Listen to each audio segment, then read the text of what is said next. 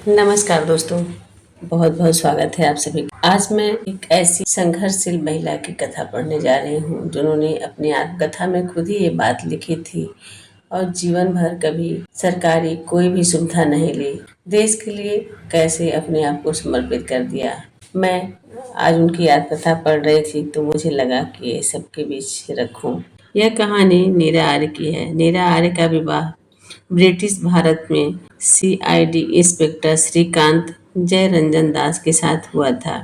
नीरा ने नेताजी सुभाष चंद्र बोस की जान बचाने के लिए अंग्रेजी सेना में अपने अफसर पति श्रीकांत जयदरन दास की हत्या कर दी थी। नीरा आजाद हिंद फौज में रानी झांसी रेजिमेंट की सिपाही थी, जिन पर अंग्रेजी सरकार ने गुप्तचर होने का आरोप भी लगाया था। इन्हें नीरा नागने के नाम से भी जाना जाता है। आजाद हिंद फौज के समर्पण के बाद जब लाल किले में मुकदमा चला तो सभी बंदी कैदियों को वहीं छोड़ दिया गया, लेकिन इन्हें पति की हत्या के आरोप में काले पानी की सजा हुई थी, जहां इन्हें घोर यातनाएं दी गईं। आज़ादी के बाद इन्होंने फूल बेचकर जीवन यापन किया, लेकिन कोई भी सरकारी सहायता या पेंशन स्वीकार नहीं की। इस आत्मकथा का एक हृदय विदारक कुछ अंश मैं आप लोगों के सामने रख रही हूँ।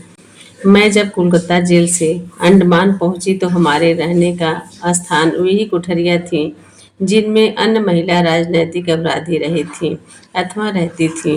हमें रात के 10 बजे कोठरियों में बंद कर दिया गया और चटाई कंबल आदि का नाम भी नहीं सुनाई पड़ा। मन में चिंता होती थी कि इस गहरे समुद्र में अज्ञात द्वीप में रहते स्वतंत्रता कैसे मिलेगी, जहां अभी तो ओढ़ने बिछाने का ध्यान छोड़ने की आवश्यकता आ पड़ी है। जैसे तैसे जमीन पर ही लोट लगाई और नींद भी आ गई। 12 बजे एक पहरेदार 2 कंबल लेकर आया और बिना बोले चाले ही ऊपर फेंक कर चला गया। कंबलों का गिरना और नींद का टूटना भी एक ही साथ हुआ।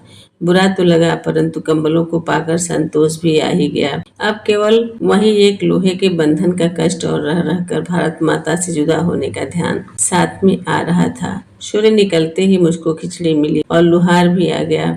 हाथ की साकल काटते समय थोड़ा सा चमड़ा भी कटा, परंतु पैरों में से आड़ी बेड़ी काटते समय केवल 2-3 बार हथौड़ी से पैरों की हड्डी को जांचा कि कितनी पुष्ट है। मैंने एक बार दुखी होकर कहा, क्या अंधा है जो पैरों में मारता है? पैर क्या, हम तो दिल में भी मार देंगे, क्या कर लोगी? उसने मुझे कहा था, बंधन में हूँ, तुम्हारे कर भी क्या सकती हूँ। फिर मैंने उसके ऊपर थूक दिया, औरतों की इज्जत करना सीखो। जेलर भी साथ में थे तो उसने कड़क आवाज में कहा, तुम्हें छोड़ दिया जाएगा यदि तुम बता दोगे कि तुम्हारे नेताजी सुभाष कहाँ हैं। वे तो हवाई दुर्घटना में चल बसे, मैंने जवाब दिया। सारी दुनिया जानती है नेताजी जिंदा हैं। झूठ बोलती हो कि वे हवाई दुर्घटना में मर गए, जेलर ने कहा। हाँ, नेताजी जिंदा हैं। तो कहाँ हैं? मेरे दिल में जिंदा हैं वे। जैसे ही मैंने कहा तो जेलर को गुस्सा आ गया और बोले, तो तुम्हारे दिल से हम नेताजी को निकाल देंगे। और फिर उन्होंने मेरे आंचल पर ही हाथ डाल दिया और मेरी आंगी को फाड़ते हुए फिर लोहार की ओर संकेत किया।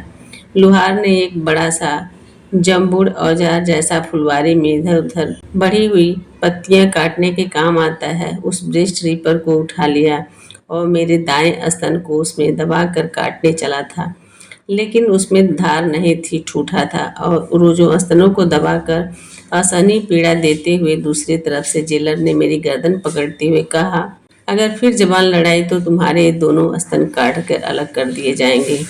उसने फिर चिमटानुमा हथियार मेरी नाक पर मारते हुए कहा, शुक्र मानो महारानी विक्टोरिया का किसी आग से नहीं तपाया।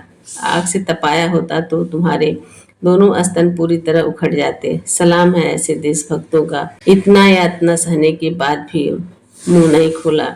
और आज़ादी के बाद इन्होंने फूल बेचकर जीवन यापन किया, लेकिन कोई भी सरकारी सहायता या पेंशन स्वीकार नहीं की। दोस्तों, आजकल क्या हालात बने हुए हैं, जातिगत भेदभाव, दुनिया भर की दुनियादारी में देश कहाँ जा रहा है, देश के बारे में कोई भी नहीं सोच रहा है। देश के बारे में सब लोग मिलकर सोचिए।